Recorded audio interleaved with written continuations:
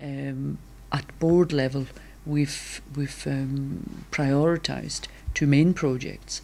One which is about building a new office for a new base, I guess, for the trust, which includes an office space.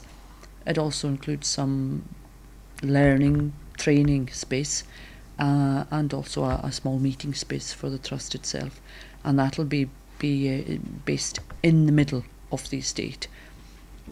And we also have a renewable energy project, which we hope, once that is established, will provide a very, very important revenue source for the trust.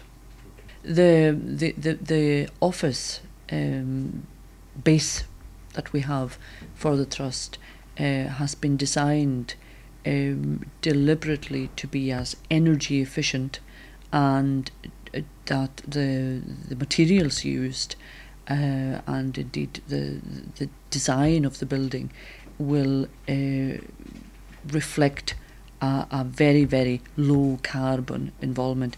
In fact, as far as we know, the building is to be zero carbon rated.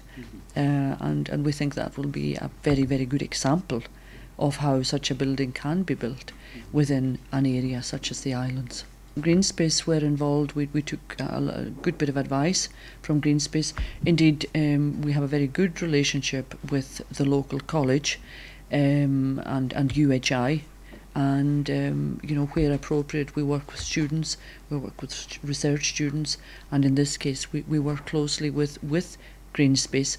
We also worked with Greenspace for a year when we were taking meteorological readings for to check out the efficiency of the site of a renewable energy project.